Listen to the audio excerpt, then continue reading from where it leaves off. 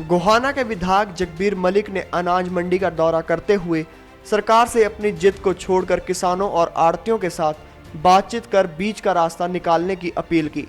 मलिक ने कहा कि आड़तियों की हड़ताल के कारण 20 अप्रैल से गेहूं की खरीद शुरू होने के बाद भी अभी तक किसानों को अपनी गेहूं की फसल को बेचने में दिक्कत आ रही है। विधायक जगबीर मलिक ने सरकार पर मंडियों की अव्यवस्था पर सवाल उठाते हुए कहा कि गोहाना की मंडी और आसपास के परचेज सेंटरों में किसानों के लिए कोई व्यवस्था नहीं है।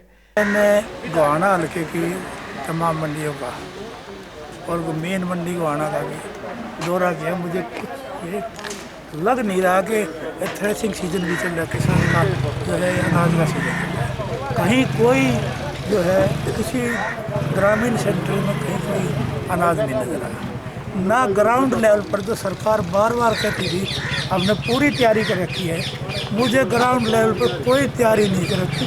आज भी अभी तीसरा दिन है, आज भी महमूदपुर जो वो है स्टेडियम है या खंडराई का जो पीटी सेंटर है उस पर कस्सियों से लेकर मजदूर काम करे, सफाई करने लग रहे। और फिर भी कोई कहीं मैं कल भी गाँव में गया, अच्छे गाँव में उन सेंटरों की हालत देखी, कहीं कोई परचेज नहीं चल रही। किसान इंटरेस्टेड नहीं है जिस ढंग से सरकार चाहती है मजबूर करना चाहती है। किसान की बातों को भी सुन के और आड़तियों की बातों को सुन के दोनों में सामंजस्य बनाकर सरकार को इस हठ धर्मिता को छोड़ के सरकार को ये देखना चाहिए किसान की फसल किस ढंग से टाइमली मंडी में पहुंच जाए, किसान को तकलीफ ना हो और उसके समय पर पेमेंट हो। और किसान जिन्होंने रजिस्ट्रेशन नहीं कराया वो हरियाणा से बाहर के किसान नहीं है। हरियाणा से बाहर का तो कोई दाना आ ही नहीं सकता। तो ये पंजाब के एमएलए को भी नहीं घुसने देते हरियाणा में, तो बाहर का तो हरियाणा के किसान ने जो पैदा किया है उसने क्या जुल्म कर दिया, उसका भी खरीदो। ये तो बहाना बनाया करते हैं कि बाहर का माल आता है मंडियों में, अब तो बाहर का माल नहीं आता। तो हर किसान का जिसने रजिस्ट्रेशन कराया है नहीं कराया सबका जो है गेहूँ खरीदना जाना चाहिए या सरसों खरीदनी चाहिए। चेयरमैन कह रहे हैं सरपंचों को टेम्पररी लाइसेंस दे के खरीद करवाई जाए। नहीं, ये जो है ये सबसे बुरी बात हो गई, क्योंकि सरपंचों को देने का मतलब ये है, ये नहीं कि सरपंचों का, उसमें गांव को इन्वॉल्व करने का मतलब है, पंचायत इन्वॉल्व करने का मतलब है। पंचायत को इन्वॉल्व कर लिया था, उससे पहले ही दो आदमी परचेज किया करते एक सेंटर में गेहूँ को, वहाँ 8 आदमी तो पहले लगा रखे। कोई महकमा किसी महकमे का है, कोई सक्षम के है, कोई पीडब्ल्यूडी का है, कोई किसी का है, तो वो उसके होने से ये पंचायत और इन्वॉल्व हो जाएगी। 5-7 मेंबर होंगे, 10 मेंबर होंगे, सरपंच होगा। इनको इतने लोगों को वहाँ इन्वॉल्व करने का मतलब क्या है? इसमें तो कम से कम लोगों को इन्वॉल्व करना चाहिए। इससे तो बल्कि हालत ख़राब होगी जब वो इनको पंचायतों को इन्वॉल्व कर रहे हैं। इनको तो सरकार अपनी अठधर्मिता छोड़ के, अपनी जिद छोड़ के व्यापारियों को और इनको किसानों को उनका बुला के उनसे सॉल्यूशन पूछना चाहिए। और थोड़ा बहुत इनका संबंध है, इन संबंध को क्यों तोड़ रहे हो?